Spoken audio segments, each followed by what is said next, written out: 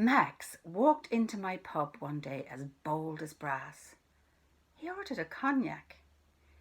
He wore a trilby and a beige mac. Oh, not the kind you'd see flashers wearing. This had a sense of class and respectability about it. He didn't look young by any means, but he wasn't falling apart either. His face was well lined. He looked a tad like that Samuel Beckett. We had a picture of him up behind the bar. I was a publican, yes, but also an actress. I played Peggy Mike at the Abbey Theatre in Dublin in my youth, and I was just about to star in the Village Hall production of Happy Days. Now, I don't know if you've ever met Winnie, but my God, the woman can talk for Ireland. And she's buried up to her waist in earth at the time. It had been some years since I'd strutted and fretted my hour upon the stage, but I decided what the village needed was a good dose of culture. I'd be having auditions for a man to play my husband, Willie. Now, Max had barely said a word to me before he went to the gents. Then he saw the sign on the door asking for men to audition to play the part of my husband, Willie. I don't have a real husband. They all got away, or I'd sent them packing. When he got back to his stool at the bar, he said, "I could be your man." He had this gravel in his voice like he smoked cigars and had a fair few glasses of brandy since his birth. He could have been 50. He could have been 105. I really couldn't tell. "Where do I sign up?" "I don't think I've seen you in here before." "Ah, you won't have done, no. This is the first time I've been in here." "Tourist, are you?" "I just bought a racehorse and I wanted to be nearer." Now, who the hell on earth this fella was is anyone's guess. Everyone knows everyone round here, and we don't have tourists because you have to drive for miles on end from the nearest railway stations just to get here. Is this some absolute chancer walking into my pub trying to give me the chat? But then he turns up at auditions 7:30 Wednesday week. The audition is me talking to my prospective Willie and seeing how he reacts. Max is excellent. His eyes, riveted. The small move of his mouth. The twitch of his nose. I should say at this point that Willie doesn't actually say too much, and for the most part lies down behind the mound of earth that I'm buried in. So maybe you're thinking, I just need any old person who can keep still and not pull focus on me. But I need a real actor.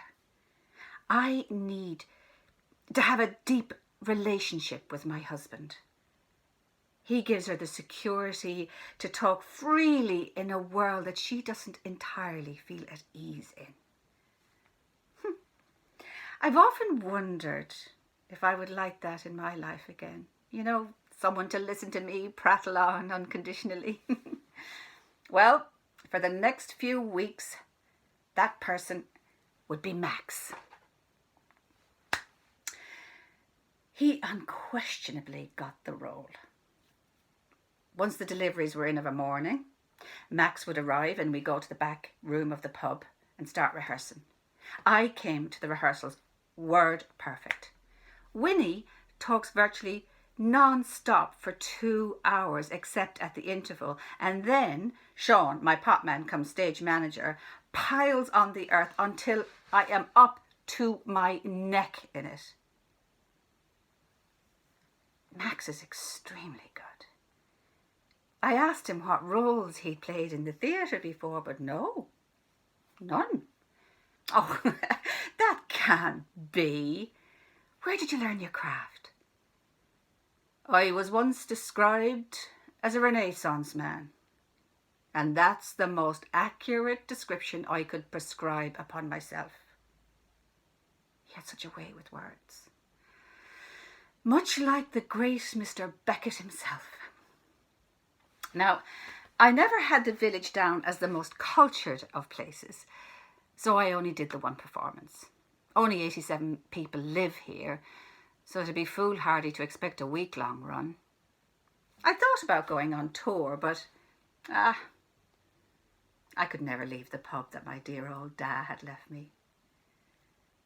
Just one chance to get it right, to give my Winnie to the world. And in Max, I had found the most entrancing Willie. He made me a better actor. He made me want to run off and join the circus like I did when I was 18 and flit to the bright lights of Dublin. The performance was the greatest moment of my life. 43 people turned up. Most of my regulars, but also some people who don't frequent the pub. It was electric. I gave it my all. Max was just incredible. When it was over, the audience cheered. It was a triumph. I shook the earth off from around me and I bowed. I took Max's hand and he shared the moment with me, and he was so gracious because then he stood aside and gestured for the applause to be given to me. The next day I woke and it felt just like a dream.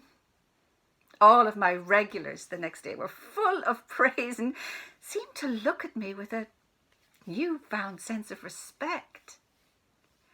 And while I was thinking that when I would give them my Juno from Juno and the Paycock, I suddenly realised that Max hadn't been in for his usual cognac. Or the day after. Or the day after that. You see, I never saw him since. But what a happy day that was.